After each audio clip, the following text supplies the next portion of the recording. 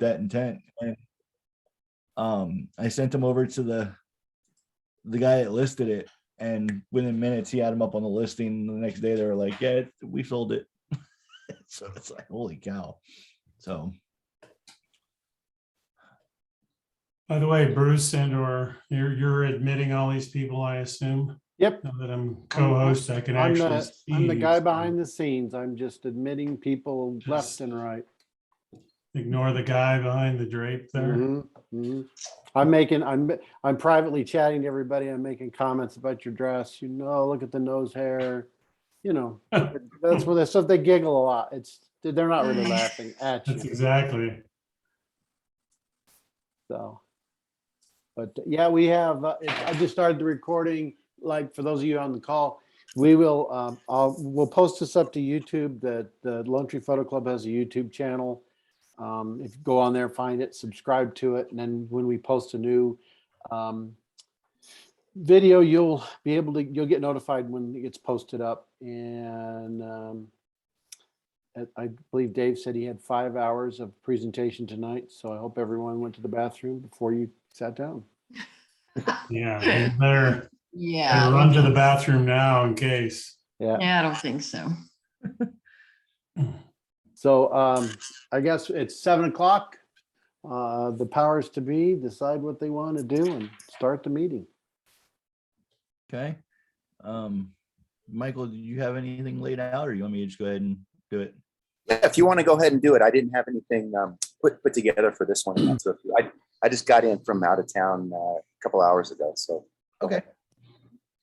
No worries. All right. Well, welcome everyone. This will be our first presentation night of the new year.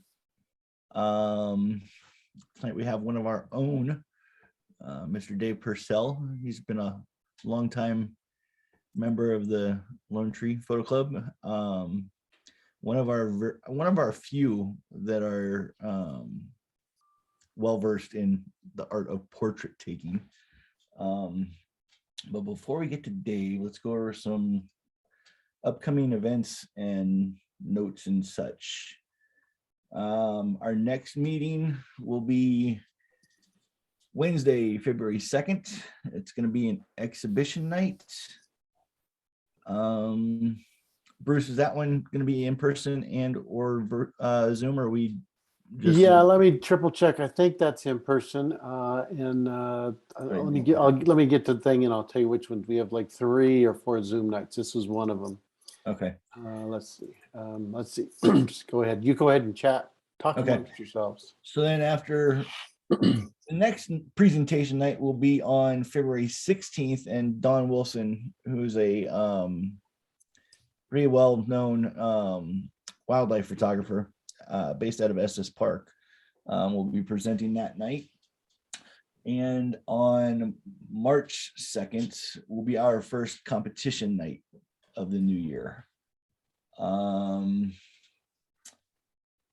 don't know that we have not finalized the judge on that one, but that will be upcoming. And a note on the Dawn Wilson presentation, she will be doing it via Zoom. We will meet at the Civic Center if we want to, but it'll be a Zoom meeting. She won't be in person. Okay. And then you guys are hearing it first. Here's our announcement.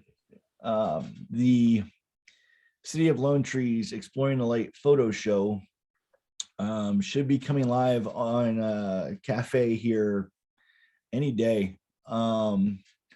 This year's photo competition will be, let's see, Don Wilson will be the judge.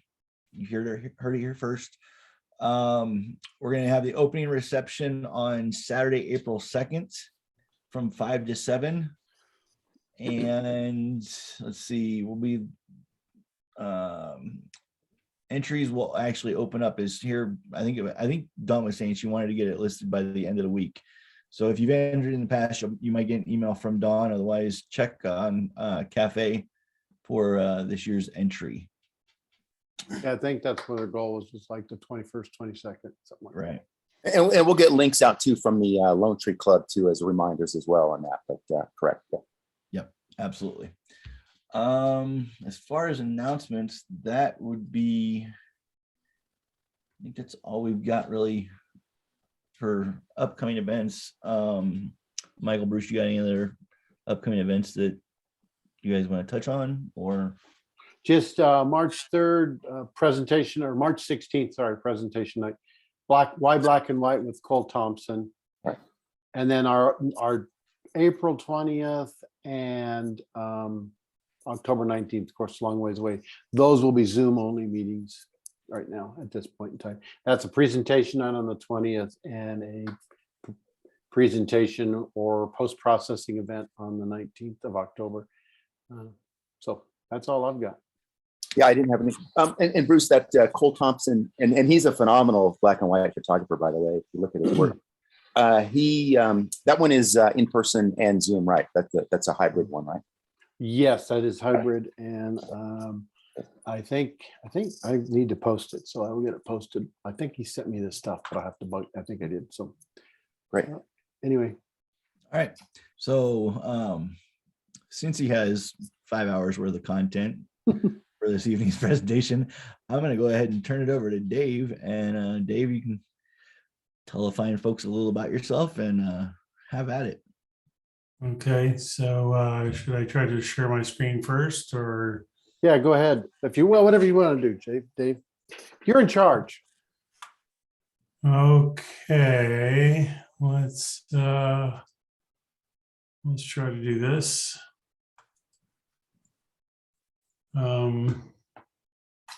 Okay, so I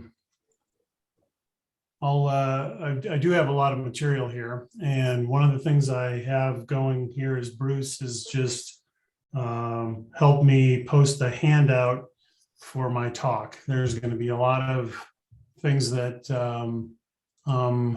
going over, and I can guarantee you that you're going to miss out on some of the keyboard shortcuts and things like that. So what I might suggest is you can open this while we're here, and or you can print it off later on, but save it and keep it. We're also recording this, so you can go back and see what I'm doing over and over and over again. So let's just get into this. My portrait style is essentially starting out in Lightroom, going to Photoshop, and then going back to Lightroom to finish things. Within that, I like to first start in Lightroom, analyze the photo, do some basic editing like white balance, initial toning, camera profiles, initial crop. Then we send it over to Photoshop for a lot of the heavy lifting, which is, I like to call it digital gardening, or getting rid of a lot of the distractions that are in your photos. Blemish removal, skin softening. Sometimes you can do dodge and burn. Sometimes you can do high-end eyes. Then we send it back into Lightroom and do a final crop, local adjustments, vignette. And if you didn't do any high-end of Photoshop, there you can do some normal eye enhancements and teeth whitening and things like that. Just keep in mind that this is just my flow. This topic is huge. It's just, there's so many ways to do things. And what I like to say is it's a fine line between doing the perfect time-consuming edit versus making money. If money was not an object, I would do everything the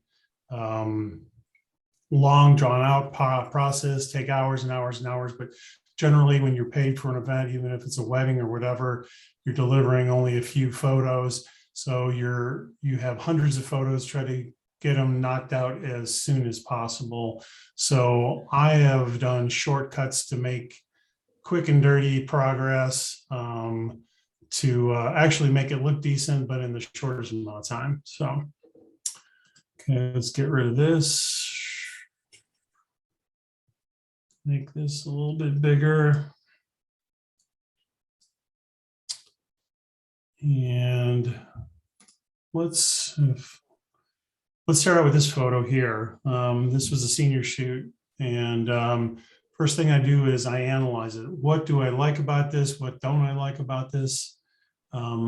What I don't like is I have way too much headroom. It's dark. Her eyes are dark.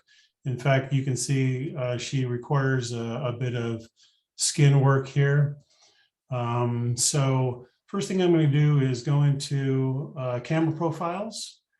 And let's see, Bruce, let's see if I could do, let's see, spotlight. I was going to see if I can't. Okay, maybe that'll make the cursor appear a little bit better. So the first thing I do is remove chromatic aberration. And I'm not sure why this isn't built into Lightroom all the time, because you want to get rid of chromatic aberration. And then I'm going to enable the camera profile to get rid of it. What it'll do is a lot of times it'll get rid of your vignette. It'll remove distortion. And then just for grins, I go down here to the transform button and see what Photoshop thinks is straight.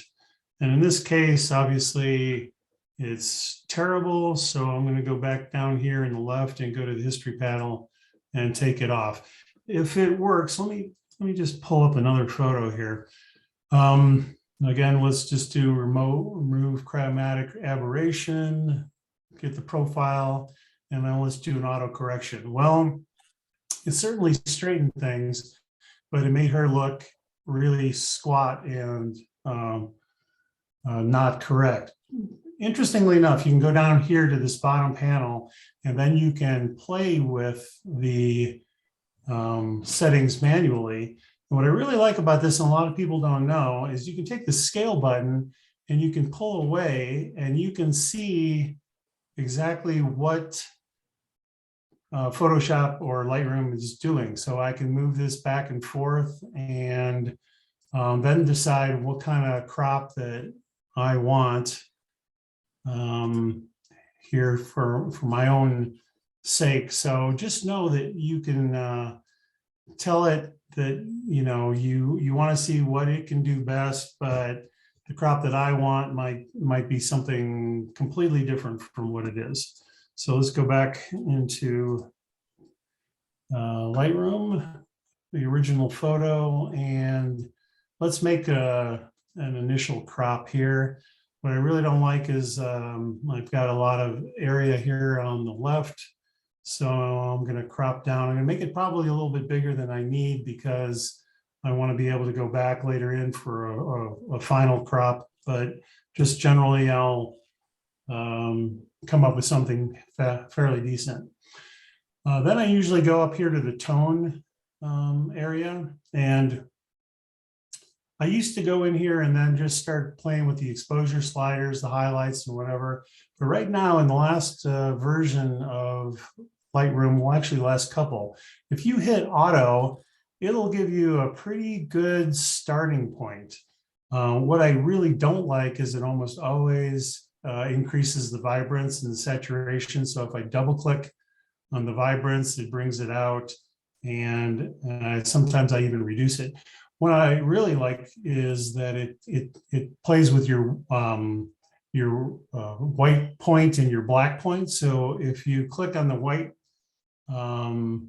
slider and then you hit Alt or Option, and you can see that this is the white point and it shows you where it blows out. So if you print, you don't have just a bunch of bare paper. Or I click on the black slider and hit Alt or Option, it has the black point. And you don't want to have a whole pile of black ink on your prints. So this is going to give you a pretty basic place to start. And in fact, it always sets those two dials. If I want to, I usually like everything for the final masking at the end, but let's just say I want to do a quick mask and I want to do a radial gradient. And I'm going to just take the effects and I'm just going to increase the exposure just a little bit, perhaps. And let's just make her just a little bit brighter. Now, if you are in the masking, this comes as a default where your mask is red. And when you look at a red mask, you think it's probably okay, but I've run into a zillion different places where I've run a red dress, a red car, a red building, and sometimes this overlay that they show you gets in the way. So I go immediately, I've just taken to make it this neon green, and I can tell you nothing is neon green. So this is just kind of like a little bit of a pro tip that I've changed my color, my default color of my overlay to that. Let's now send this into Photoshop. So I've done some basic editing here, and I'm going to go edit in Adobe Photoshop 2022. And hopefully this. Dave, a quick question while it's doing that. Yep. Christopher Snell asked, what are some of the benefits of Lightroom over just Photoshop? Well, Photoshop, you could certainly do all your editing in Photoshop, but the Lightroom option gives you the ability to do multi things at the same time. In other words, like I can go in here in Photoshop and I can increase the brightness, and then I can increase the contrast, and then I can increase, you know, saturation, whatever it is. But in Lightroom, you're saving a lot of time by, and let's just go back into Lightroom, of course, by these sliders. Right now, I can take some sort of a mask. I can, and on the mask I'm using now, I can do that all at once, and I can be very specific with it. And I'm increasing the contrast, I'm increasing the saturation, I'm increasing everything all at once. Like I said, I think your masks are very important in Photoshop, but you're doing multiple things all at once. Basically, you're saving time. It's not going to be as precise, but it certainly will save you some time and effort. He said, thanks. And another quick question from Kathy Ellen Chin. Dave, do you use the profile and white balance? I'm assuming in Lightroom. Yeah, I do. In fact, you know, white balance is always down to a preference. I can take as shot and see if I like it compared to what it thinks in auto. And in this case, it's about the same. I can also take the white balance and I can bring it onto something neutral gray, and I can click it. And again, in this particular instance, everything turned out to be the same. But if I thought that I needed a little bit of warmth to this image, then I would warm it up. Getting a color checker is a wonderful thing. However, there's so many instances where there's gray, neutral gray in a picture that I'll just click within a picture. I only use my color checker if I know I'm going to do like inside where I have multiple different types of light. I have fluorescent light and I have a strobe. When I have a mix of different types of lighting, then I'll use a color checker to be exact on her skin and then work around that. But it's so easy to take the white balance and play with it up here in this bar. 5200 is a good number for strobes or flash photography. So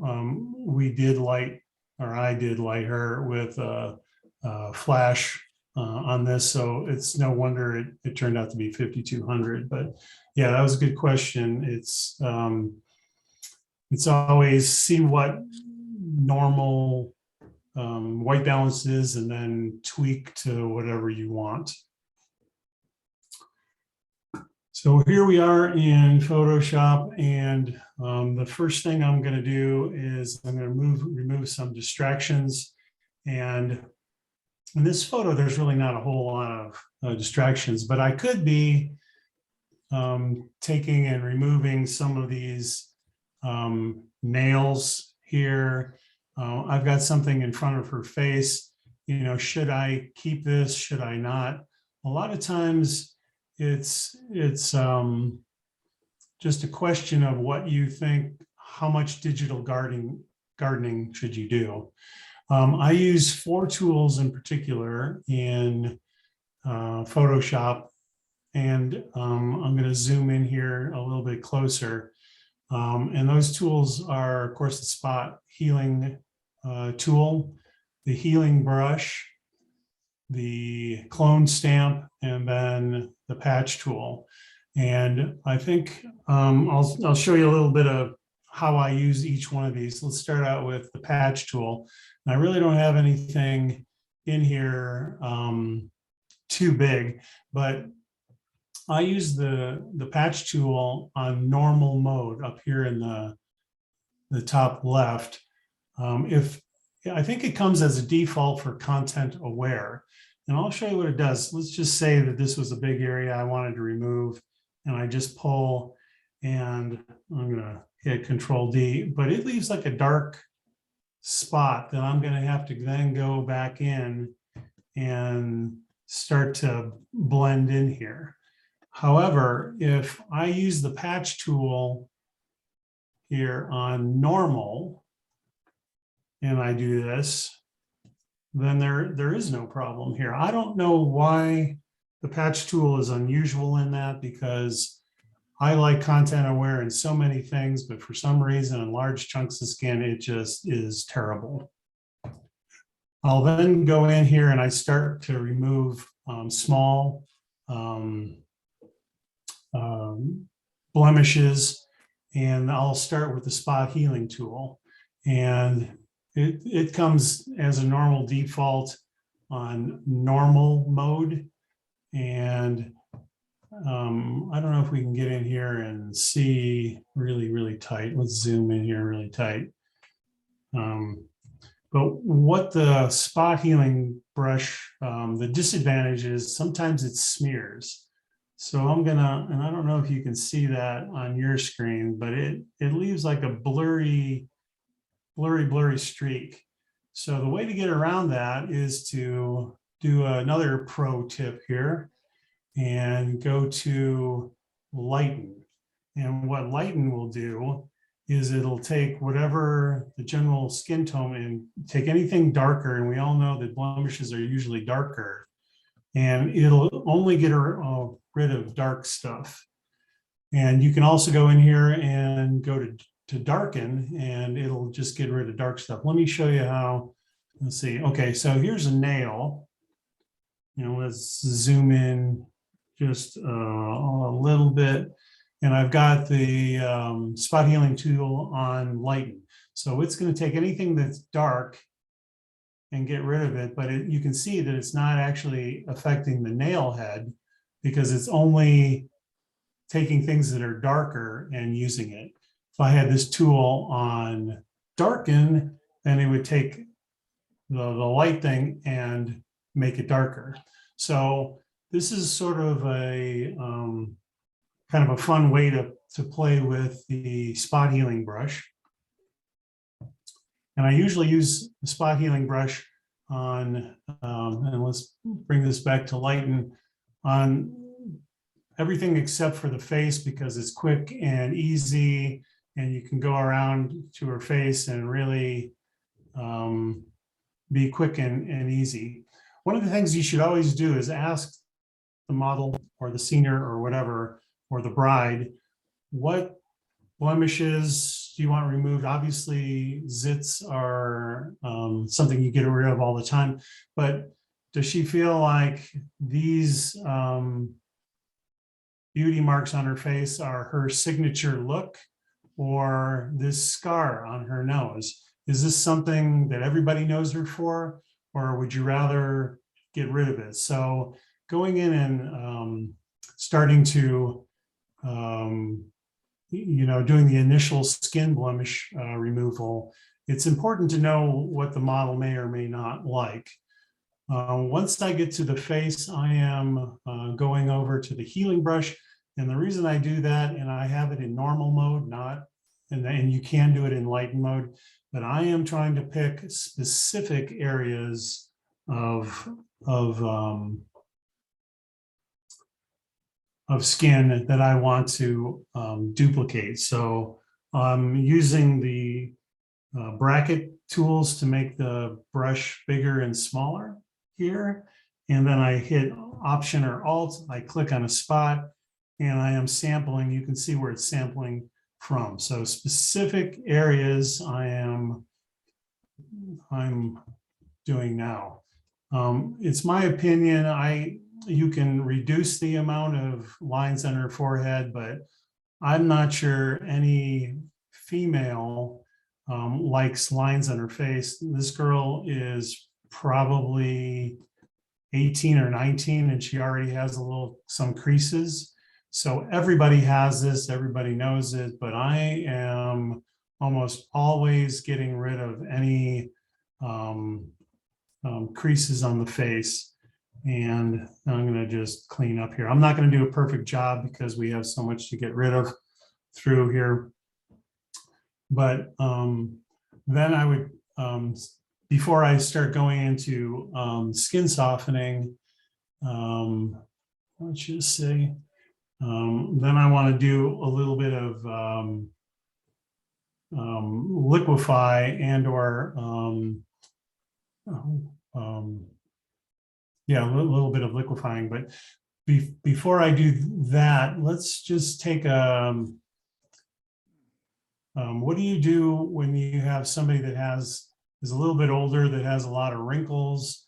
Or what do you do when you have somebody that has problems with like an armpit exposed? So what I'm going to do first is I'm going to zoom in a little bit. Now, what I tend to do is I'm pretty confident that I'm not going to have to go back. I mean, I could do a new layer, and I do that by a Command or Control J, and a new layer has appeared over here. And I'm going to just use my healing brush, and I'm going to go in here and just get rid of some of the bruises that she had, some of the lines on her body from clothing marks, stuff that I know she's not going to want here. And the theory behind, I want to show that she has an armpit, that it does bend. However, I don't want it to be this dramatic. So I tend to, okay, so I've gotten some of the basic blemish removal gone, and I tend to flatten my layers as I go along. And it's just the way I work. Before the non-destructive police pull me aside, I found out it's just easier to work that way because so many layers, I don't get confused with layers. And if I'm going to do things a second time, I change the image every single time. It's never the same. So I know that keeping a file with all those layers in it is just, it takes up space. I'm never going to use it. And the only exception is if I have a really, really, really complicated edit, and I really, really do want to, I've spent a half an hour on a certain thing and I'll keep it. But my theory on trying to reduce armpits or wrinkles is basically to completely eliminate them and then bring them back with opacity. So I'm going to do another Control J to make another layer. And then I can make my brush a little bit bigger, and I am just going to obliterate any line that she ever had. And I keep moving my point from place to place to place so I don't have any repetition in pattern. I'm trying to be in an area close to where I'm getting rid of stuff. So right now, she doesn't have any armpit left. It's not good to have somebody who doesn't have a bend to them. But okay, so now I'm going to go over back to my layer that I've been working on. I'm going to go to opacity, and then I'm going to reduce it. Now here's without any of the layer I just put in. Here's 100%. So somewhere in the middle, and you just have to decide what kind of looks good. I want to make sure that she has these lines on her, but not too much. So in this particular case, we're, I don't know, 40, 50%. And I think that looks pretty good.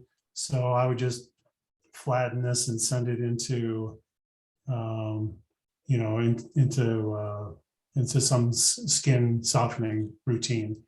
Again, with somebody, she's about 45, so she has a little bit more of a character lines. And let's just zoom in here again with females. Males like to look tough, so I don't mind having smile lines. I don't mind having anything to do with the forehead. So a male retouch versus a female retouch is going to be a little bit different. So at first I'm going to get rid of all these. Oop. And I'm going to blend this in just a little bit more. And I like that. So again, I'm going to layer, I'm going to flatten this. And I know some of you guys are cringing, but I just happen to know this is my style and this is what it's going to work. Now I'm going to go in for the wrinkles around her face. I'm going to do a Control J. It creates a new layer. And again, I'm just going to get rid of every single wrinkle on her face. I'm going to click and I'm going to start getting rid of all the lines on her face. And I don't necessarily have to worry if it's darkening all that much, because when you bring the opacity back, the darkness, the imperfections go away. And in this particular case with her, I would have to think about whether I wanted to do the smile lines. I personally like them on her. They're not too involved. So for this particular demonstration, I'm just going to leave them. And again, I go back to the layer and I'm going to play with the opacity. Here's all the wrinkles still there. Here's none. And we don't want to make her look 18. So let's take this down until you like the result. In this particular case, I'm closer to 50 to 60%, which I think makes her, look good. And here's, again, back and forth. It just makes her less harsh, but it still gives her the character of a mature woman. Let's go back.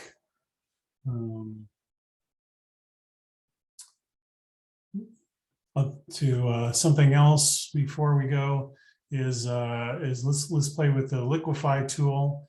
And for this particular one, let's see what Liquify can do with clothing. So I'm going to go up here to the top. I'm going to use Filter, Liquify. And it brings me into this menu. I usually like to make it a little bit better. I use the Liquify tool here, the forward warp tool, and I like to just nudge things. And the key to Liquify is to do small nudges and having the tool be the same size approximately as the problemed area. So I'm just moving the shirt a little bit. And remember, if you made this too smooth, it wouldn't look quite right. This is a little bit bigger. And let's just smooth out the shirt just a little bit. I think I want to make his neck look a little bit longer. So I'm going to pull down just a little bit here at the top. And if you totally blow it, you can go up here to this, what do they call that thing? Let's see, reconstruct tool. And you could paint it in and it just goes back to what it was. So I'm going to go back here. And again, I'm going to bring this in just a little bit here, maybe a little bit here. And since this kid plays football and he's just relaxed, I want to make his shoulders look a little bit bigger. I'm going to take the tool up considerably, and I'm just going to make his shoulders look just a little bit bigger.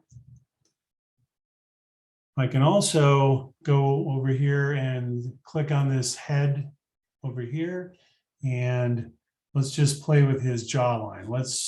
So I can make it wider or smaller. Let's just bring it in imperceptibly smaller and hit OK. And here it is before and after. It's not huge changes, but it certainly makes a difference. By the way, just for editing in general, if I had this photo and when I delivered this for this senior, I actually cloned out this memorial here. What I find is if there are words in a photo, somebody's going to read them. So either blur this out or get rid of it. And that's just a tip for everybody. Let's see a really bad problem. Okay, what are we going to do here now? This is Katie, who's actually a very thin model. But if I twisted her the wrong way, or I told her to twist the wrong way, all of a sudden we have a real problem. And so what am I going to do here? Well, this fold is a combination of the skin plus the highlight and shadow. So the first thing I'm going to do is I'm over here again with my healing brush. I'm clicking, and I'm just trying to eliminate a lot of that shadow. And I'm going to just do this probably in a couple steps. First of all, I get rid of the skin, the dark shadows associated with that fold. And I'm going to go to the top. I'm going to do filter, liquify. Actually, let's make a new layer here so I can show a comparison.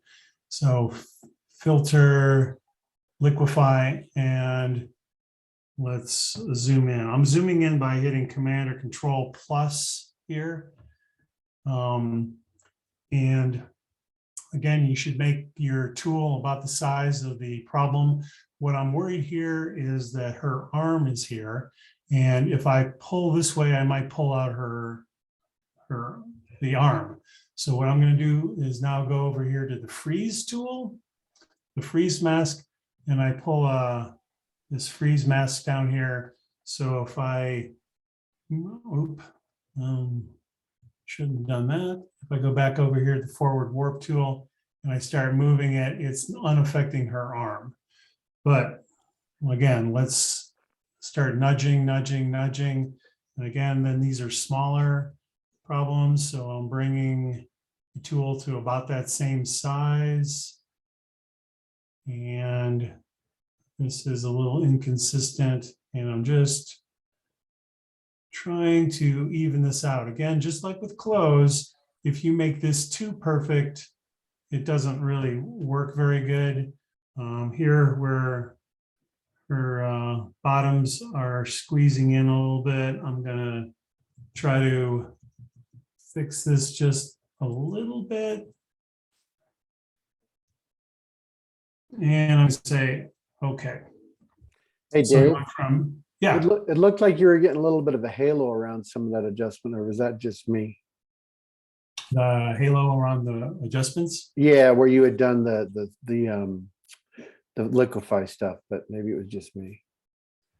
Well, I don't know. I do know you got to watch it, because if you've done a liquify, and especially if you don't do it at 100%, and then you go and do some skin adjustments, it can be a problem later on, because it will give you a halo. Okay. But like I said, in this particular instance, I fixed the skin to the first extent, but this still doesn't look very good. One of the problems with the healing brush, of course, is if you get too close to an edge, it starts to blur things. So a lot of times what you're going to have to do is go down to the clone stamp, and you don't have to necessarily use this at 100%. In fact, I like to use it at about 50% a lot of times. And by the way, the reason there is a halo around here is this was shot in a studio with a white background, and I lit the background, and I was going for like a white glowy kind of a look.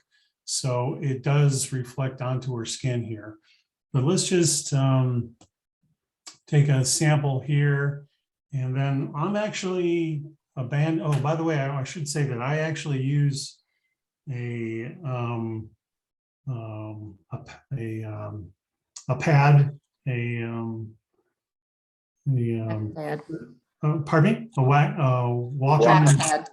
Wacom medium-sized tablet, but I will go back and forth between the mouse and the tablet, because when we try to get to some areas here for precision, the mouse clicks work the best. And I could try to paint, let's just go to 100% just to show you. I could try to paint along this line, but sometimes I'm not very accurate. So what I tend to do is take a sample, and then I make a click, and then I do a shift click, and a shift click, and a shift click. And obviously I'm not doing this very accurately. And then I know what you're saying. Well, Dave, that looks like garbage. But then I go back and I go to my healing brush, and this is my blending tool. And I click here, spot, and I start blending this in. I used to always just click on the inside, and at a certain point I realized, well, this clone stamp works on the opposite side just as well. So let me take a point out here in the white. I'm going to make one click. Oop, I did that with the healing brush, unfortunately. Go back to the clone stamp. Let's take a sample here. I'm going to click and shift click and shift click and shift click. And this is just giving me the ability to draw a straight line all the way down. So I'm kind of using the ability of the clone stamp to get precise, non-blurring action, along with the blending abilities of the healing tool. Interestingly, I saw that it looks like the bikini bottoms that she's wearing twisted in here. So what I would possibly do is consider taking a spot from here and trying to take it over here. But you can see it's not at the correct angle. So here's another pro tip. If you hit Shift and Alt, and then use the arrow keys, which is basically the keys, the period and the comma, and you hold these down, that selection twists. Additionally, if you use the bracket key, just what makes your brush bigger and smaller, and I hold it down, it's going to make the selection bigger or smaller. And then I can click when I have it the right size, and then go back to doing the blending. If you ever want to know where this is, by the way, if you go to Window and Clone Source, let's see, I have Window, Clones, where did that pop-up go?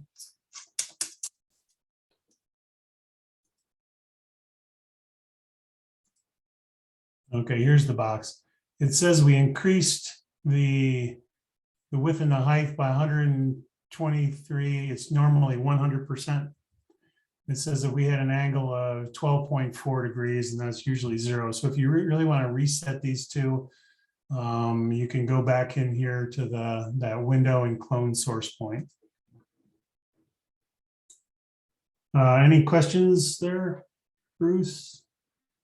Nope, you've dazzled them with your brilliance and knowledge, but nothing so far. Okay. Yeah, hey Dave, real quick, just I was going to point out one thing, and you showed earlier the, were you using that on the healing brush? Were you using the darken and lighten modes, I think, versus Yeah, the normal? yeah. I saw somebody recently also use that in what you were just now using in that clone stamp tool. You can also use that and sort of carry over, some of the tones when you're doing that, sampling from an area and moving it over. So, Yeah. but your technique was fantastic in that. But I was just going to share that I've seen somebody also use that darken and lighten mode within that clone stamp tool, and that's also a pretty effective way of, again, carrying those the tones across from your sampling area to where you're cloning to. Right. And in fact, to kind of add on to that, Michael, the clone stamp doesn't already only, it's not the tool that only rotates two. You can also rotate your healing brush too, and that goes around, and it gets bigger and smaller. So a lot of these techniques, as you point out, can be easily transferred from tool to tool to tool. Now we're going to try to soften her skin. If I were paid a lot of money, I would use a technique called frequency separation. And I'm not going to go into this in huge detail, but I'll tell you the basics. Basically, you have a blur layer, and then you have a texture layer, and then you try to soften the skin within it. I'll do this really quick.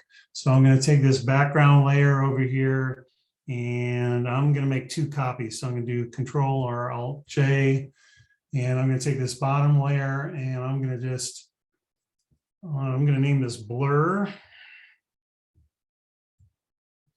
Like I said, I don't want to go into this too much because I really hate this technique a little bit. It's very time consuming. And I'm going to take this top one, I'm going to call it texture. So I can take the bottom one, I'm going to do exactly what it says, and I'm going to blur it. I'm going to go up to filter, blur, Gaussian blur, and I'm going to blur this, I don't know, 6-8 pixels, something like that. What I'm kind of looking for is the tones in her skin. You can see the blotchiness here. And when they kind of all blur together, then you probably have it right. And it's usually, I don't know, like I said, 6-8, something like that. And then I'm going to take the texture layer and keep the texture. Now, over the years, this technique has at least 4 different types of iterations. Additionally, I've seen people work with 2 layers. I've seen people work with 4 layers. I've seen people work with 6. And the more you have, the more complicated it is, the more accurate it is. And like I said, if I were working for Nike and I'm going to have a billboard at the airport, I'm going to go in and utilize the most difficult technique that I possibly can. But with the last release of Photoshop 2022, this is the technique that people feel like it's the hottest. So on the texture layer, I'm going to go up to image. I'm going to do apply image. And then I'm going to take this layer and I'm going to pick the layer below. So the blur layer, I find it in my drop-down menu. And then the blending mode isn't any screen or whatever, but it's subtract. And this is it's a formula. The scale has to be 2, the offset has to be 128. And you say, okay, yeah, Dave, that looks really terrible. But now I take the blending mode and I bring it down to linear light. And now you're like, well, Dave, that looks exactly like before. And it is, it should be exactly. Just to show you, I'm going to take the texture layer and I'm going to do a shift click on the blur layer. I'm going to group them together. And if I turn on and off the viewer, I should see absolutely no difference. So now I go into the blur layer and I'm going to use something they call a mixer brush. And usually it doesn't appear in your tools over here, but if you hit these 3 dots, there's another flyout and it has all the different possibilities, and mixer brush is one of them. Now mixer brush, there's a whole bunch of controversy as to what you should set these settings at. I like somewhere 25% all the way across, or 30 all the way across. The key is this little black icon. Just make sure that it is clicked off here. You don't want it to keep additively working on your image. And then I'm going to take my brush, and then I start painting in here. And at 30%, it's what it's doing is taking the blur layer and revealing it. Now it's very, very difficult to see. So what I'm going to do is take the texture layer off. And let's just first of all, if I take off the blur layer, you can see the texture. If I take off the texture layer, you can just see the blur. So I know it's blurry, but as I'm painting with this mixing brush, it's taking these values and kind of massaging them together. And you can't really see it. I'm going to just go right through her eye, and you can see it actually is working. As long as I hold down the brush, it's not an additive effect. As soon as I let it up, it is an additive effect. And remember, don't hit anything like the eyes, the mouth, bits of the nose, the jewelry. And you have to do this on her entire body. So like I said, this is going to take you a while. I am not going to go do this. I'm going to turn on the texture layer. And again, then you have a better, this is what it's doing. And like I said, I can spend a lot of time. I can go and put a lot of blur in certain areas, hardly any in others. Really, really take my time and make this just look amazing. If I want the blur to look even more, I can take the texture layer. I can add a mask to it. I can go to a normal brush, and at a lower opacity, I can just paint away part of the texture layer. In fact, let's take the blur layer away, and just if I go to, instead of opacity of 12, if I go 100%, well, let's make this just a little bit bigger, you can see this actually is blurring. This is actually blurring the texture layer away. So that is the frequency separation. It sounds scary, but all it is a blur layer, a texture layer, and you manipulate both of these to give you a result. Well, I'm not going to use that because that's time and effort. And I feel like I can get a really, really nice result from this picture by using a plugin. And what are the options? Well, I particularly use Portraiture by a company called, it's either Imagenomics or Imaginomics, I like to say. Nick has a toning program, Portrait Pro by Anthropics.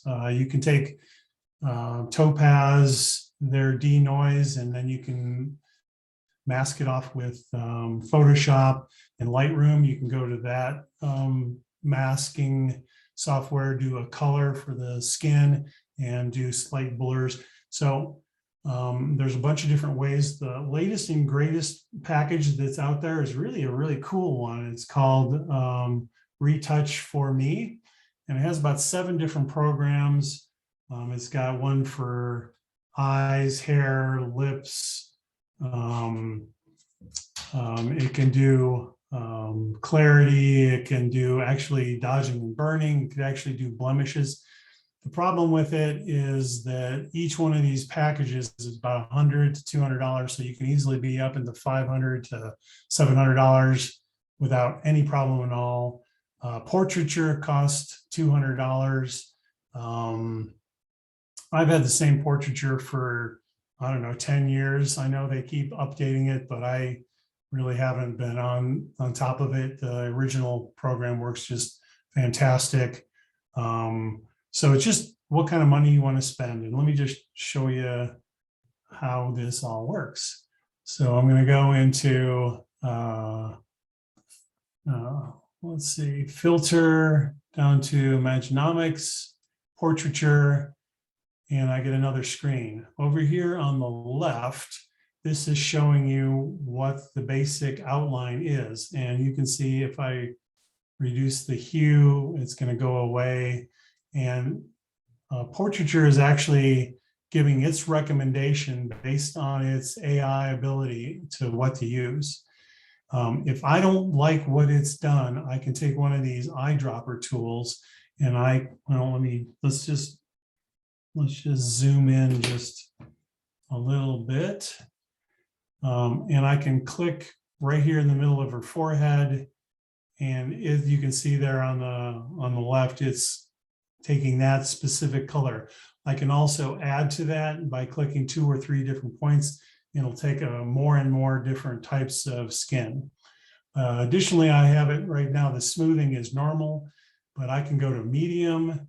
I can go to strong. I mean, I can make this thing massive glamour glow, but just know by choosing one of these options, this isn't the last time you can make some decisions, because it's going to output this mask or as a layer, and then I can play with the opacity. So I'm just going to say, and I've got part of my screen here. I'm just going to say okay, and it's going to think a little bit, and then it's created a new layer. And I'm going to look to see what exactly it's done. I'm going to click off the eyeball here, and I almost always take a mask. I click on that layer that Portraiture output, and then I go down here to the bottom of the screen, and I'm going to click a mask. Then I'm going to take a normal brush, and I'm going to start painting away areas I don't like. I'm going to make this fit the screen. So any area on here, you can see that Portraiture picked out, it thought it needed a lot of blurring in this area, hardly any here. So it's almost giving you a luminance mask. And you can remember how long during frequency separation we played. And I just literally went in here in about 30 seconds and clicked this, and then output this mask. So as far as time and value, yeah, this is fantastic. What I don't want it to do is start to blur this barn. I want these to be as sharp as possible. So I'm taking this mask and I'm gonna paint away bits and pieces of this. If her hair just happens to be the same color as her skin, some blondes are really problematic with this. Or people who have colored hair, then you have to do a lot of masking. I'm gonna go in here and look at this a little bit closer. Like I said, I'm gonna make my tool a little bit smaller. I wanna make sure her eyes are not covered, her lips are not covered, and bits and pieces of the nose, maybe some jewelry. I can check it on and off. Do I like it? If I think it's too strong, again, I can take the opacity way down. There's nothing. We can take it up. I thought it was a little bit too blurry for my particular taste. So I'm going to use this at about, I don't know, 70%.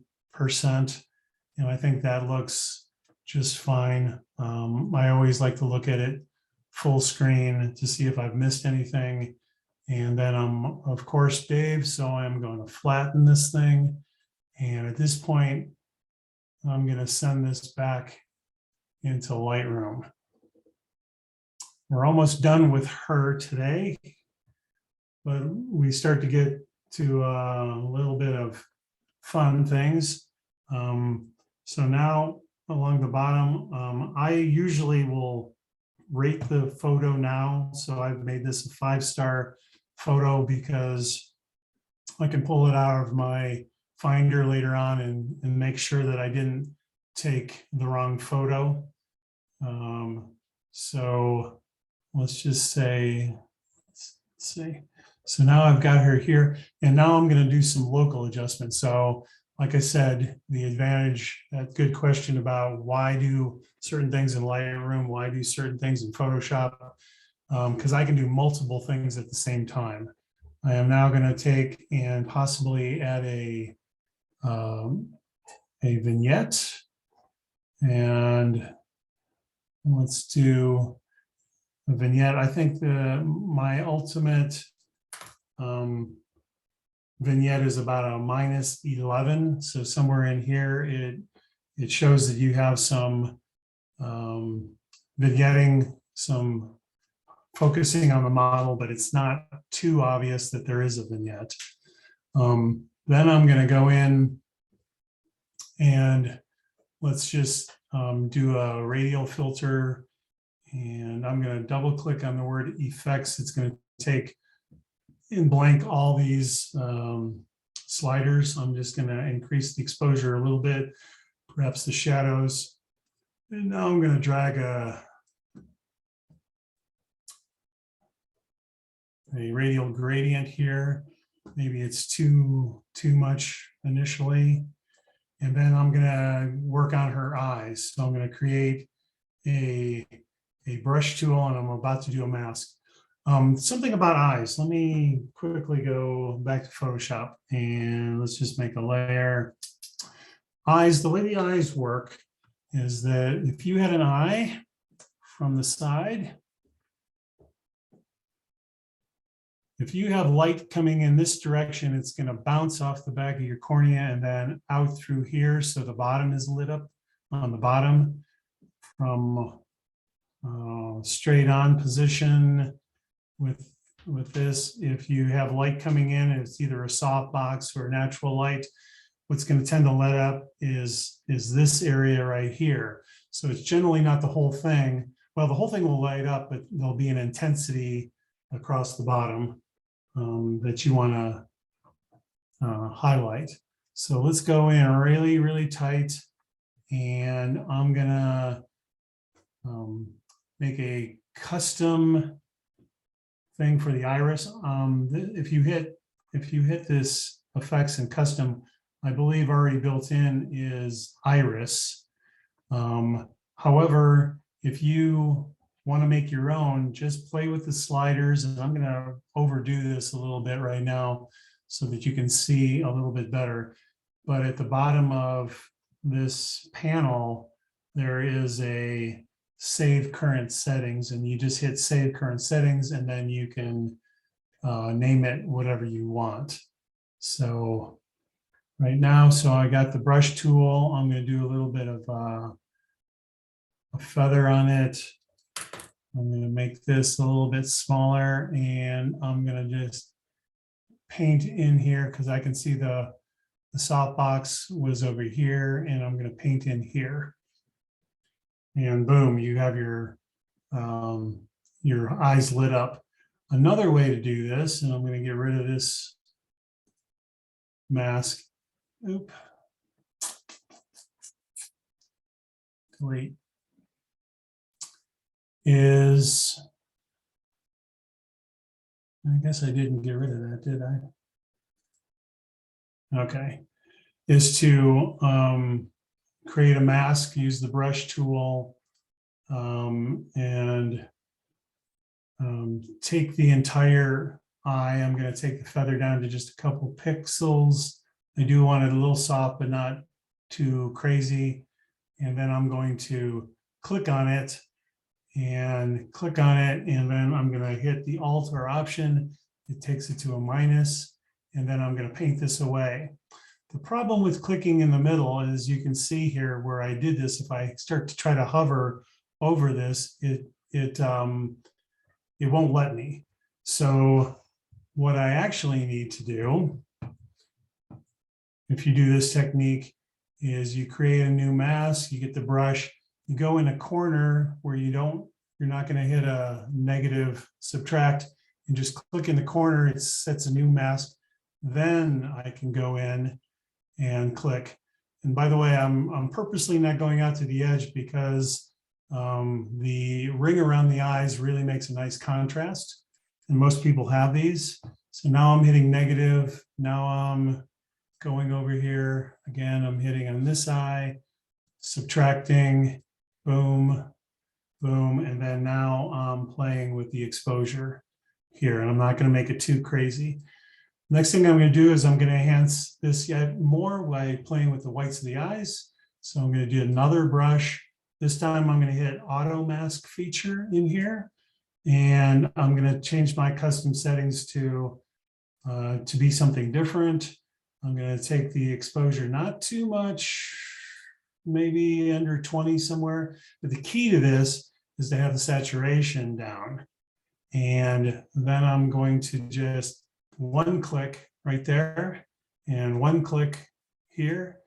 And if you want to see where your overlay is, you can just hit the O key on your screen and you can see where this is. And then I can actually be very specific about, I missed this spot, I've over painted over here, whatever it is.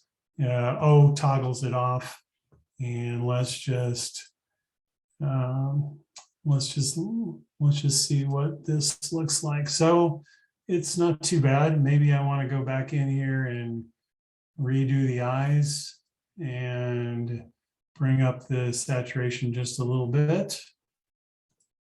And let's just make this fit the page. Let's make this really interesting. Let's really make a complicated mask via the new Lightroom. And I can take the entire image and I can take this down in saturation, and then I can make a mask of, create a new mask, and let's do select subject. So it is just selecting, and I have the effect run, it's just affecting her. And so now I'm going to take the exposure up a little bit, and of course I can make her just crazy. But now I'm building contrast between her and the background. What about the hair? Let's make another mask. Let's make it a brush. I'm also doing auto mask, and I'm just going to do one clicks on her hair, and I'm going to try to have this. In fact, I'm going to do the O key just to see where my mask is, and I'm going to do one click, one click, one click. See how this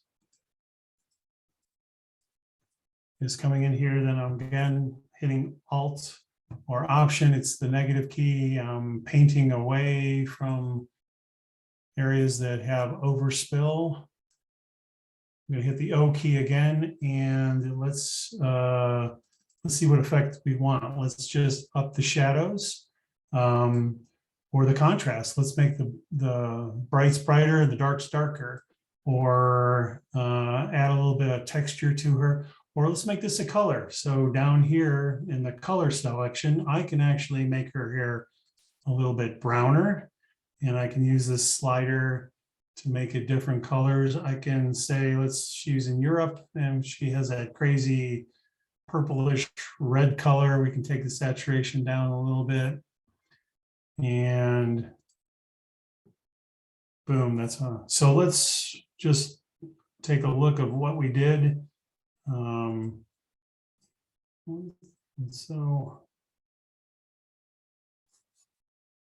let's go back to here. So here's where we started, and here's where we ended. So I think Michael, or We had a question, I think it was Yeah. Michael. Do you find that these plugin programs are better than the new neutral filters in Photoshop? I do, because they're specialized. Those neutral filters and are pretty good, but they still need a little bit more of refinement. But like I said, if you don't do portrait retouching all the time, I'm not sure it's worth the money, because $200 is a lot of money. So, maybe you just do some of the neural filters in Photoshop. Maybe you play in one of your Nick tone things, use what you have. But if you do this a lot, this is going to save you a lot of time and effort. And yeah, I mean, it's worth it to some people and it's not worth it to others. I think this is I'm going to probably go into a little bit more advanced Photoshop stuff, and it's actually going to be the fun part of the class and easy stuff to do. But if we want to take a little bit of a break right now for a little bit, I think this might be a good break off point. What, like 5 minutes, 10 minutes? What do you want? Yeah, let's just do 5 minutes, say. I have 8:07 now, so I don't know. Let's do 8:12. yeah, 8:12. Okay. All right.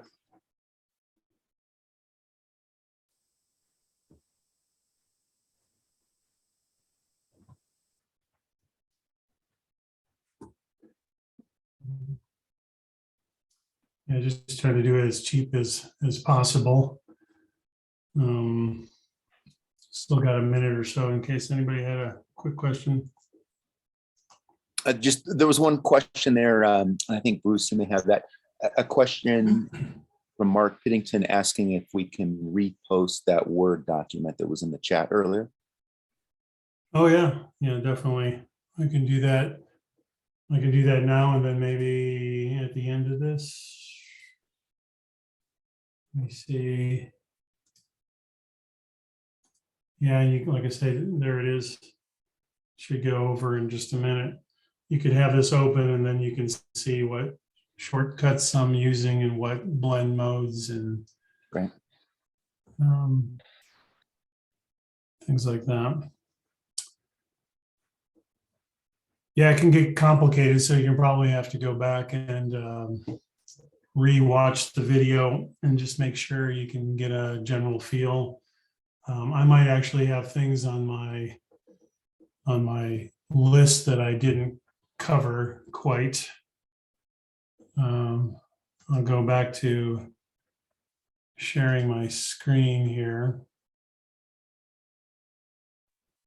One more question right before you get started. That Yeah. Susan Longer was asking, Dave, this is awesome, but do you edit this much in your travel street photography? No. And that's why I'm not a good street photographer or landscape.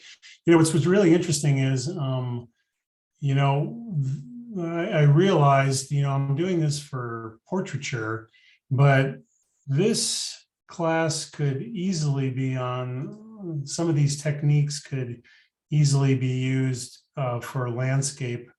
The use of the clone tool, the use of the, you know, spot healing brush. So it's not what I would call necessarily exclusive to portrait retouching. So one of the things I actually forgot is I actually like to go into the detail panel, and I like to try to sharpen up the eyes just a little bit. So I'll take this little tool up in the top and I'll go over one of the eyes, and then I start to do the sharpening. But if you've never used the detail slider, the key to this, of course, is going down to the masking slider and hitting Alt or Option, and then seeing what is being sharpened, and then decide what part is going to be sharpened. Everything in black is not sharpened. Everything that is in white is sharpened. And so I've got a nice sharpened eye, but everything around it is not. In fact, you can up the noise reduction a little bit here, and that will blur your skin. I don't want to blur it right now myself, but if you're going to just do a quick and dirty, I don't have one of these plugins, sharpening and then luminance does a pretty good job there.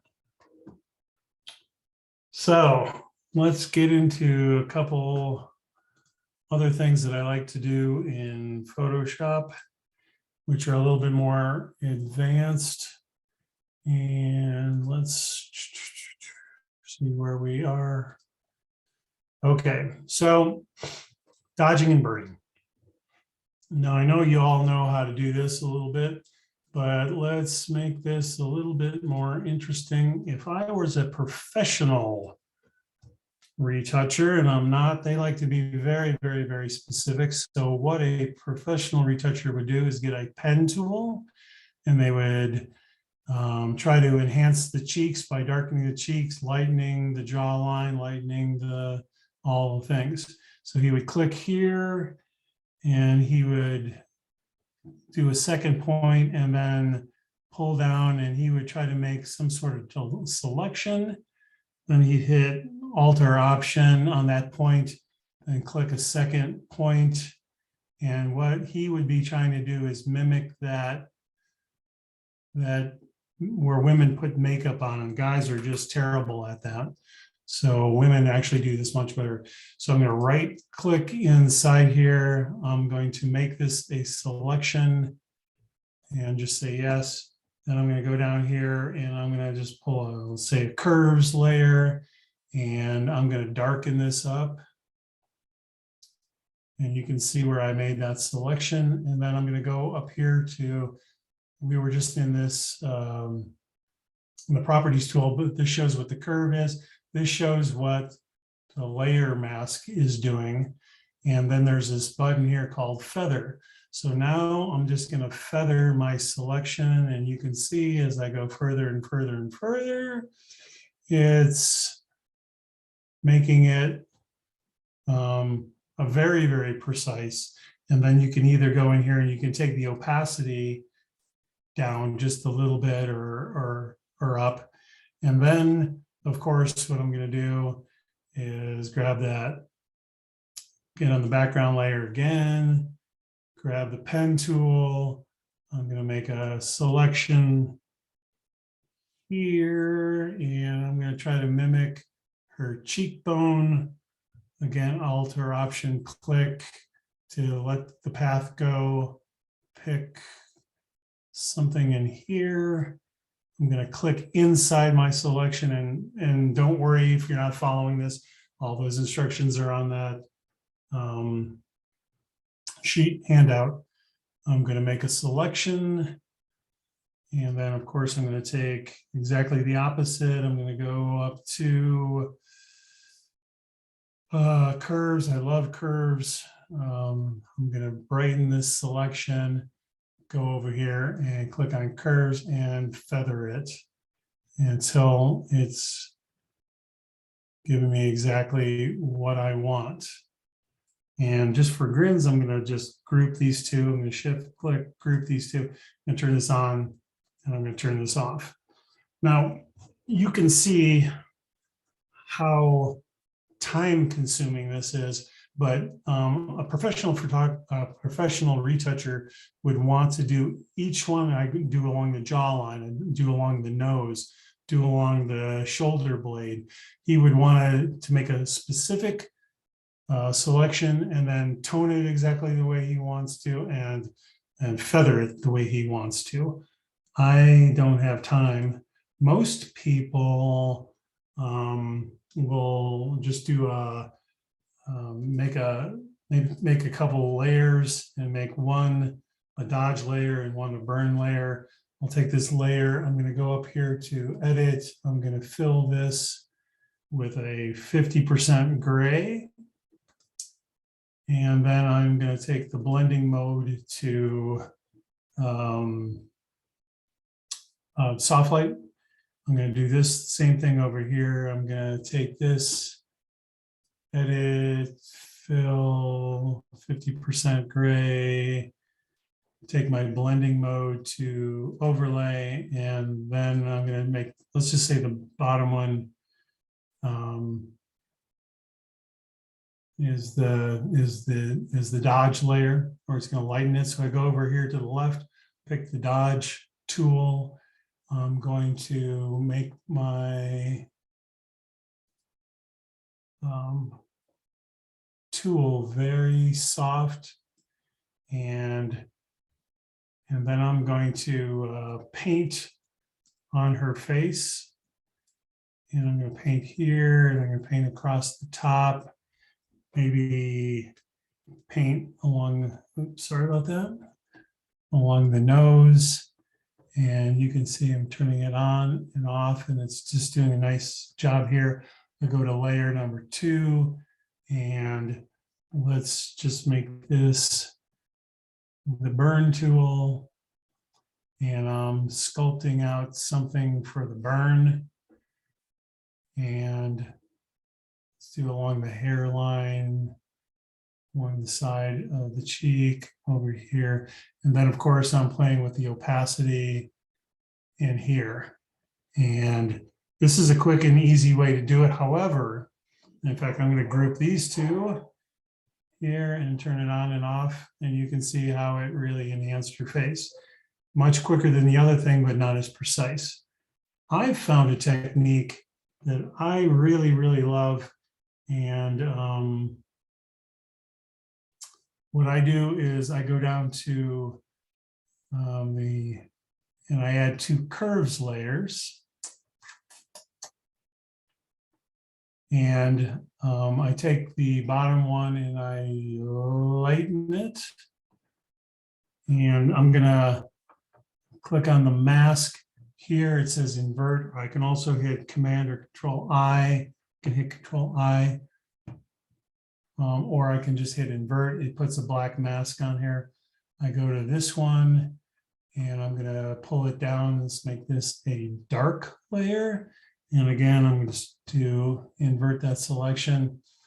And then let's just take a normal brush. Let's make it about, let's make the hardness 100%. Let's make the size of it about, I don't know, 10 pixels, 10, I don't know, somewhere in here, 10, 11, 12 pixels. And then I'm just going to start to I'm going to start, let's see, the opacity and mode. I'm going to start to paint on here. And why is it not working? Let's see. Oh, I know, I have my colors are switched over here. So I have a black mask. I was painting with black. I have a black mask. I have to use white as the color. So I'm going to just paint a line here. I'm going to paint a line here, over here, wherever I see a highlight. I can go down here. I can make the lines under clavicles, whatever. And all it is just one line here. And then I'm going to feather it. So it's really quick and easy. And the advantage of this over the dodge and burn tools, I can get rid of this. The dodge and burn tool is kind of baked into the solution, whereas I can take the feather away and I can switch this and I can erase this.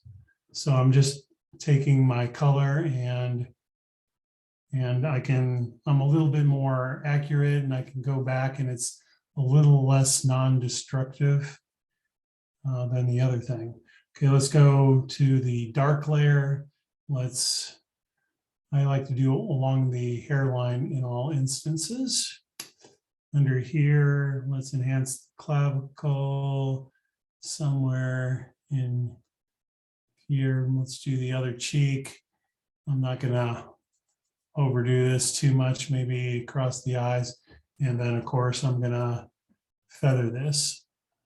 What's cool about this technique too is once I've honed into the correct feathering, I can just start really adding to this in any way I want. So this is a really, really easy way to dodge and burn. And like I said, I can go back to that layer, take the feather down. If I didn't like it, I can get rid of some of this stuff. Or, oh boy, that stuff under the eye really looked bad. I can go back and refeather. And again, let's just group these two to see what I did, and on and off. And again, you can play individual layers. Let's see. What's my next technique? Let's look at eyes. There's 2 different types. I like to say 2 different types of eyes, where you have natural striations already in the eye, and this girl has these natural striations. So she is just absolutely gorgeous. Yep. But let's enhance what she already has here. So what I'm going to do is I'm just going to add a layer. I'm going to go up here to the edit, fill, and instead of 50% gray, I am going to do a color. Oop. I'm sorry. I shouldn't have gone here and done this. Let's cancel this out. So I'm just going to do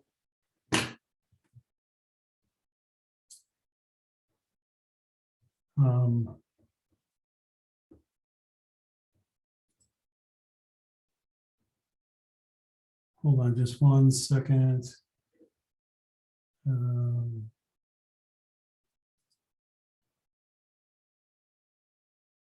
Let's take this to, I'm just going to take this layer, I'm going to double click on the layer in between, and it's going to bring up a layer style. And a lot of people get intimidated with this one because it's what they call blend if sliders. But if I take the, oh, I should have, I'm sorry. Let's take this, fill it with 50% gray, do the blend. Let's do color dodge. And then double click on this and do the blend if sliders. I'm gonna slide this until I can see the effect on the eye. And then I'm gonna break this slider into two by hitting the Alt button and then pulling this away. And then I'm just taking these two sliders and trying to make the effect in her eye as dramatic as I can possibly do. And then I say, okay. And then I'm going to take a layer mask and invert it, get rid of it, take a brush, normal brush, and I'm going to take the opacity down to, I don't know, 15%, 25%. I want this brush to be pretty soft. And then I'm just going to start painting in this effect. I can grab my brush tool here. I'm going to paint in this effect where I want. And I can make it the brush smaller and bigger and really be specific as to where I paint in here and really, really enhance her already great striations. And here's before, and then here's after. Also, there's also eyes that people have that are pretty, but they don't really have any natural striations to them very much. So we're going to use a little bit of a different technique. And we're going to take a curves layer and we're just going to lighten it up like crazy. And then I'm going to invert that selection by hitting Command or Control I. I'm going to get my brush and I'm going to make this very tiny. I'm going to make this maybe, I don't know, 2 pixels, maybe let's make it 1.5 pixels. And the hardness, I'm going to make it 100%. And then I'm going to make sure my opacity is 100%. And then I'm going to start painting striations into her eyes. There we go. We don't have to be very accurate. In fact, I'm purposely doing some squiggles here and there. Let's go to the other eye. let's do some squiggles in this particular eye. And obviously this is not looking all that good. So again, we're going to go up to curves, and I'm going to feather my selection to be whatever I want. What I used to do before I realized that you can actually feather your own selection is you can also go and get the lasso tool, and you can click around the selection you made. You go up to filter, filter blur, Gaussian blur, and then pick how much blur you want to have this. And then again, I'll say, okay, lasso tool. Yeah, okay. Again, I'm going to go around here and filter, blur, Gaussian blur, just a small amount of blur, and there. Also, we can take this to the next level. Maybe I want to have a couple different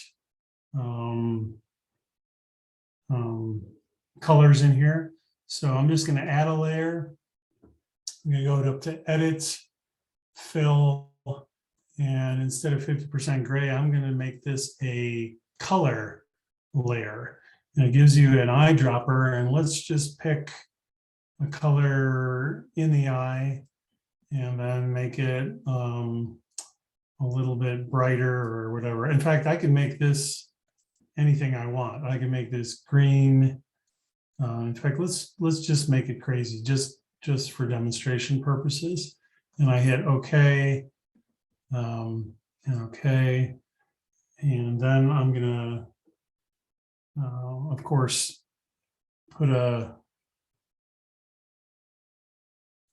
mode, a blending mode of overlay on this thing. I'm going to add a black mask, and then I'm going to take, again, my brush tool, and I'm going to start painting in another color here. And maybe I'm going to speckle the eye all over with, like I said, it's obviously a unrealistic color, but if you want to change this color, I could go down here and actually do a hue saturation and link it, and then just change the hue of that color to something else. And then of course I've got to blur it out a little bit. So let's just blur a little bit, filter, blur, Gaussian blur. Yeah, that's probably fine. Maybe just 1 pixel. The other side, filter, blur, Gaussian blur. And that looks good. And let's get rid of these. Let's group these layers just to see what I did. So all these things are in a group, and before and after. Maybe the green was a little bit too much. Maybe I want to get rid of this layer here, but certainly before and after. And then of course, if you think it's just too crazy, you can play with the opacity within this to come up with something that you like.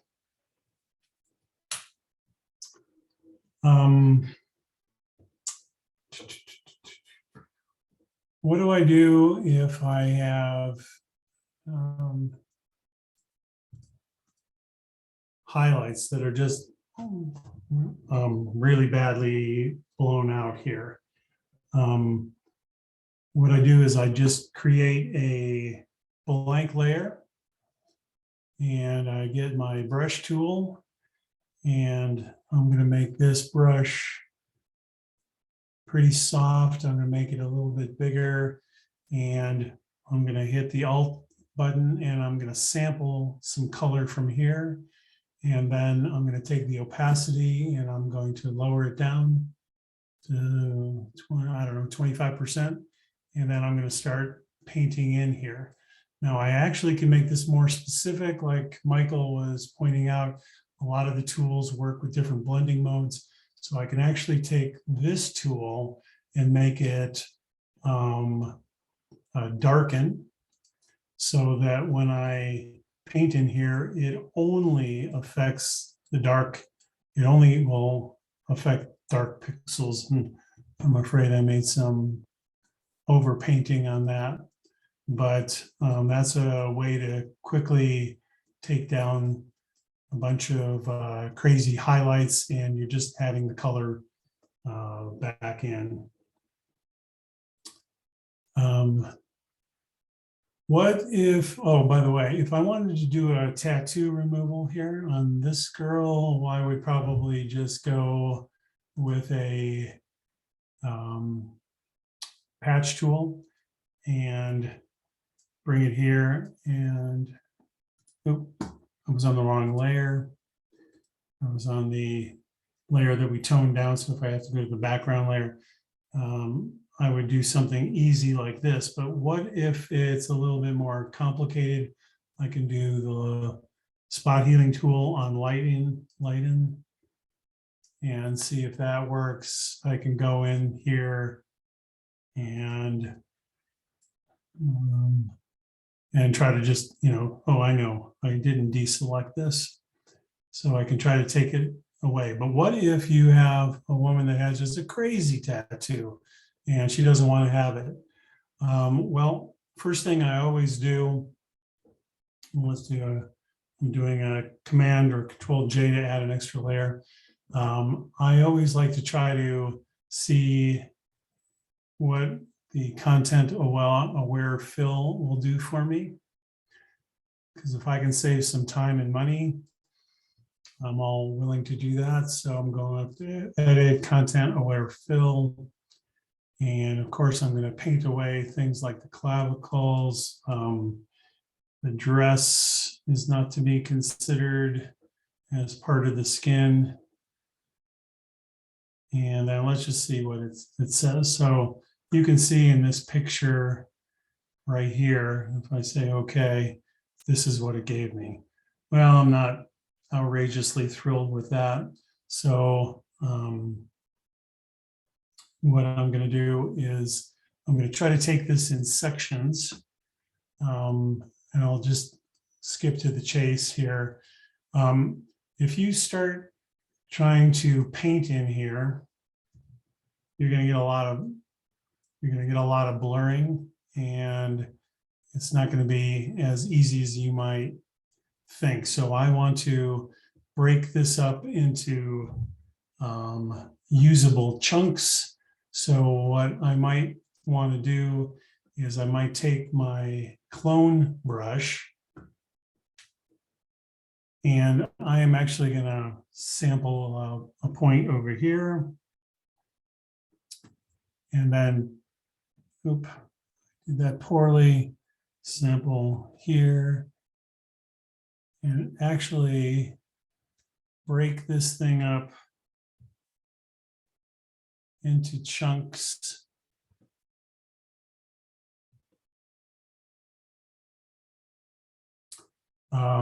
So that I can take my patch tool and get it to smaller little areas, and smaller little areas here. And I'm bringing it to the side where there's skin texture. Of course, across the bottom, that's going to be a little bit difficult. So I'm going to just, again, take a sample from the clone stamp here. I'm actually going to my mouse, one clicking here, shift clicking across here, and then of course I can break this guy up into sections. Well, I don't want to spend too much time, so I can just tell you that I've done this, and I didn't do too bad of a job, but let's just say I've done a lot of cloning, I've done a lot of blending, what now? It's just not giving me what I want. The first thing I would do, of course, is try to go into something like portraiture and see if the tones, I could even them out a little bit. It doesn't look like they're getting the tones on her chest all that well. So I'm going to take the eyedrop sampler and clicking specifically there. It's fine, probably the normal smoothing. I'm going to say okay. And it's done her whole chest, of course, and the dress. I'm only interested in this little bit. I'm going to take, put a mask on here. Let's zoom, fit on the screen. And then I'm going to take a normal brush tool and I am going to paint away.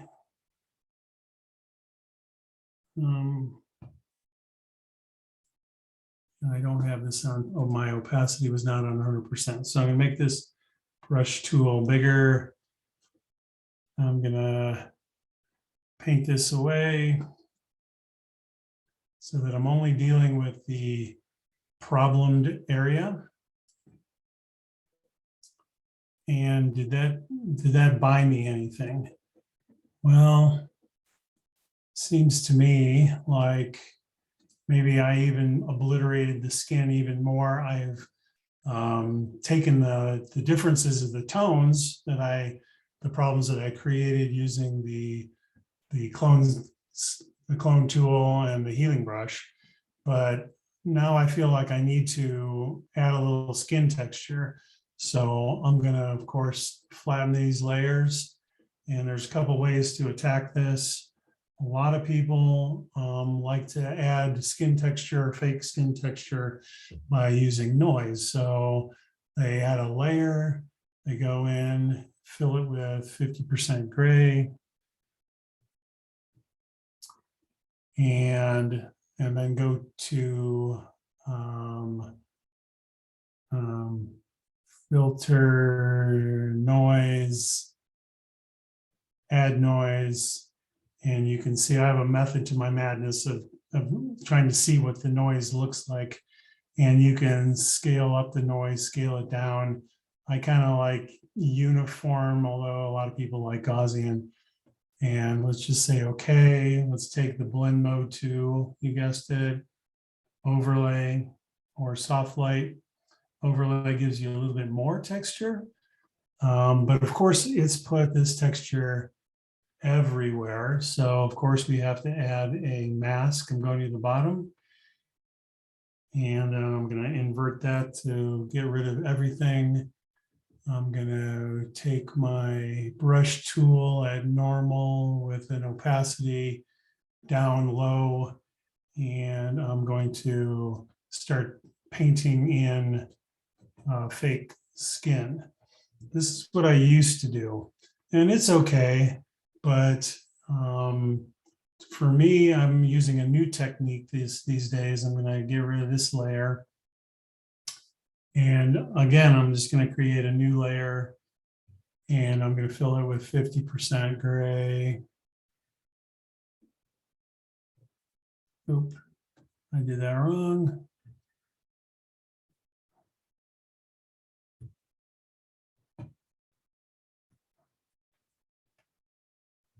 And now I'm going to use some of the texture files that we can do. So filter, it's under filter gallery, but you can see it's grayed out.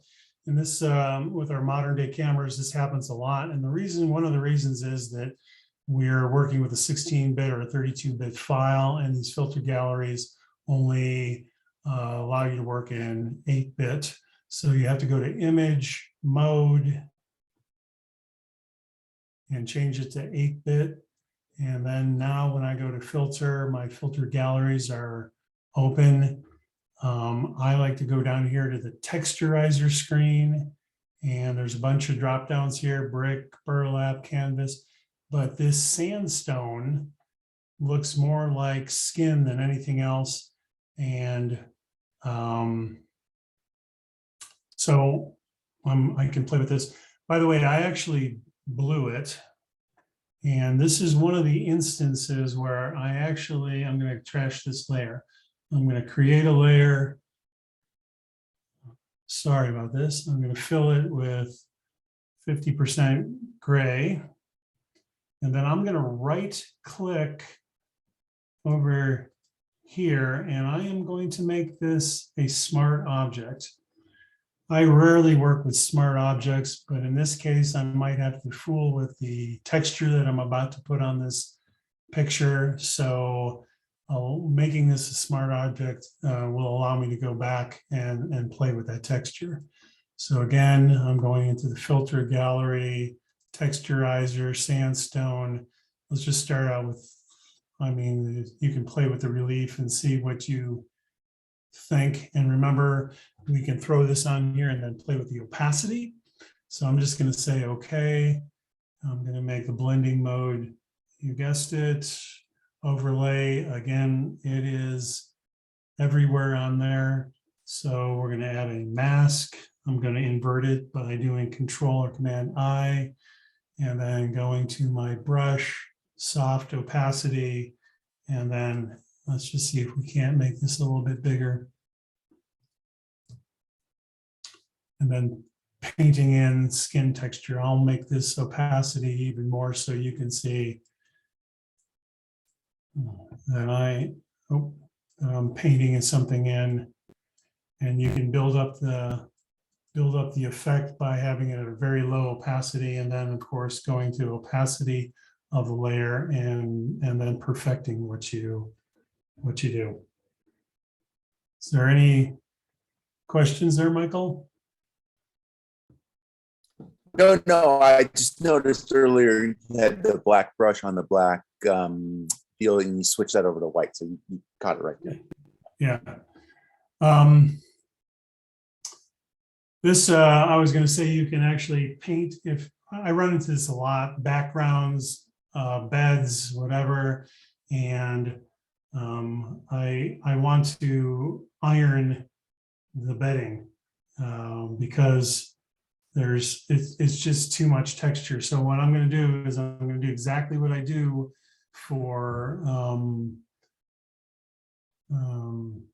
skin smoothing. I'm going to make 2 layers. So I'm going to do Control or Command J, and I'm not going to name these this time. One of them I'm going to filter.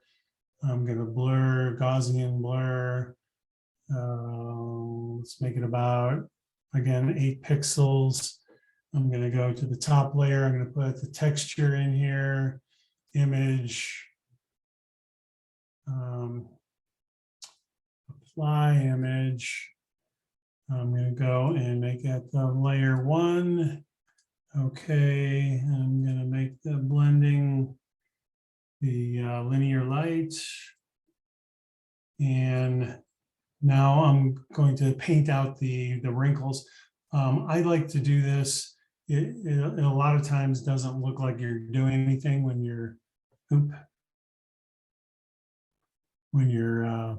painting. So I am going to go over to the layer, and then of course we need to be on that mixer brush. And I'm going to, just to show you what I'm doing, I'm going to turn off the texture layer and trying to get rid of the shadows and details here. So I'm just ironing these away. And I'm not trying to be very precise. I'm going to turn back on the texture layer, and they've gone away a little bit. If I want to make this even more soft, again, I can take a brush, add a mask, and paint away the texture layer and make it even softer. And so I'm going to take away the blur layer, and the opacity needs to be up. And I'm just painting away a lot of this. And of course, so I'll group these 2 layers just to show you on and off. So I've ironed the background, ironed somebody's dress, ironed the bedding or whatever it might be. Finally, I'm going to show you what I do in black and white. And there's a lot of different ways to go about black and white, but I personally like Silver Effects Pro. And so I can go into filter, the Nick collection, and Silver Effects Pro. And what I wanted to show you over here is that, you know, you have a lot of choices in Silver Effects, and you can make her look any way you want, but my favorite is either something neutral, like the default, or go all the way down and pick something called More Silver. I actually have it as one of my favorites, More Silver, and it's just giving you a general effect. Now, what you can do here, and I think this is the key to Silver Effects Pro, is to go down over here and use the color filters. You have to click on one of the filters first, and then you can use the slider bar, and then you can, let's make her very tan, and let's do this to taste, and then you can output this. You can, before I do this, let's cancel this. Let's make this even more, let's make this even more interesting. I unfortunately closed out Photoshop, I think. An error occurred. Do not send. So I'm going to take her in Lightroom. I'm going to send her over to Photoshop. Let's have her fit on the screen. And let's go and let's do a little bit of dodging and burning. So let's do the easy way with the dodge and burn tool. And let's make that layer a 50% gray layer. Let's make the blending and overlay. And now I'm going to do, taking my brush and I'm going to brush in here the brights. Let's really give her like a 6-pack here. And I'm just going along all the areas that give her abs definition. I'm going to hit the Alt, it turns to the Dodge key tool. I'm going to make this a little bit more defined for her. And let's just see what that did. Yeah, that defines it. I think it's a little bit too much, so I'm going to reduce the opacity. Now I'm going to go into the Silver Effects.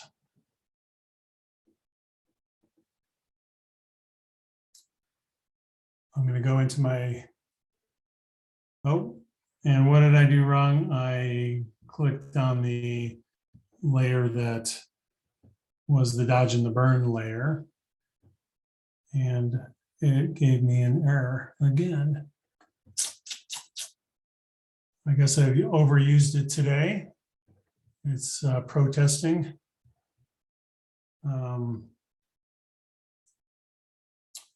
So I won't get too complicated with it this time, but you know I can put a dodge and burn layer on this. And like I said before, I think the key to Silver Effects Pro is clicking on the color filters and then playing with the color slider to get it to be exactly what you want. Now, since it outputs it as a layer, I can easily do a couple different layers, and I can do a little bit more contrast on the bottom and then put a mask and then have a soft top. So I actually like working with silver effects from Photoshop, but of course you can work as easily from Lightroom. It just doesn't give you the versatility. Of course, I'm going to flatten this. I'm going to send this, save it, and then of course it ends up in Lightroom. And you can see what it did here. By the way, if you want to just use Lightroom, I don't know if you know this, but in the top here, there's profiles, and you can just click on these, and the filters that we use, the red, the green, the blue, to play with, they're in here too. And these are us old-timey photographers used to go out with black and white photos and pick color filters and enhance the skin. And then I'm going to close it.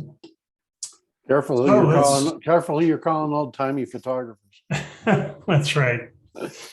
Well, that's basically it. I could go into a start to finish, but I'm sure everybody's tired and we're at the end of our time. So I hope you learned a few. Let me unshare my screen here. I hope you guys learned a few things and can take this bits and pieces into your own flow. And like I said, this is just mine, but hopefully this will give you a starting base on some editing techniques, and especially for portraits. Great. It was great, Dave. A quick question I have for the group is, and I guess put Dave on the spot a little bit, but is everybody, are there people on the call or on the meeting? Would you be interested if Dave did like a half-day workshop? Let us know, because that's something we could do. And I'm sure Dave would be fairly reasonably priced. But yeah, we can do a workshop, or we can do some private lessons or whatever it might be. I like the idea of a workshop because we can teach more people at the same time and bring it down. But yeah, so all you poor landscape people had to go through that hell. All the rest of the presentations this year are going to be nice and easy. yeah, Start out with the worst, and then you just ease up from there. I'd just like to know that you ironed sheets, Dave. That was very important that you were doing. I do. I've ironed dresses. I've ironed shirts. I've ironed backgrounds. I've ironed skies before. Those clouds are disorganized. Let's clean them up. Yeah. So. All right. Well, I don't see a lot of questions. Everybody said thank you very much. I did have. Well, we see 4, 5, 6, 7 people are interested in a workshop. So you and I'll have to talk, or you'll have to talk with Terry maybe, and find some dates and times, then see what we get. Sounds great. More than willing to do it. Chuck, anything else? Thank you, Dave. That was awesome. And that detail you did on the eyes, that was pretty cool. That was pretty neat. Yeah, I mean, I think 90% of what you're doing is a little skin and the eyes. And if I didn't have all those little stops in between along the way to show you what a professional would do versus Lazy Dave's method, you can really go through a portrait fairly quickly and 5-10 minutes, and you can take something like the eyes. I mean, the key is just the skin and the eyes, and I just click on portraiture for the skin and then see if I want to go crazy on the eyes. Very good. I like all the little tips you gave too, like rotating the stamp tool and yeah. And see, all that is universal to photo editing. Like the trick to use with the eyes, where you split the sliders apart to change the range. Yeah, I've used that to put a moon in an image before. Yeah, and you just have to kind of make the slider, see the effect start, split it in half, make the range nice and smooth, the transition, and Bob's your uncle. Right. Hey, Dave, real quick, I was going to say that this was fabulous. I think this is definitely one that many of us are going to rewatch to catch some of those details again. It was great the first pass through, but there's a lot of technique in there and that'll be, I'm glad we're recording this one. So again, we will have that out on YouTube. Should be in a few days, I think, something like that. It's usually what we're able to do. And one other thing I was going to bring up real quick, Chuck was talking earlier about the exploring the light, the contest that's upcoming here with the city of Lone Tree. I was going to bring up real quick, one of those categories happens to be portraits. So now we're going to all experts and be able to utilize some of these skills for those that are entering the portrait category in that. And then I was also going to just bring up real quick, the other categories are still life, landscape, and astrophotography, those both together.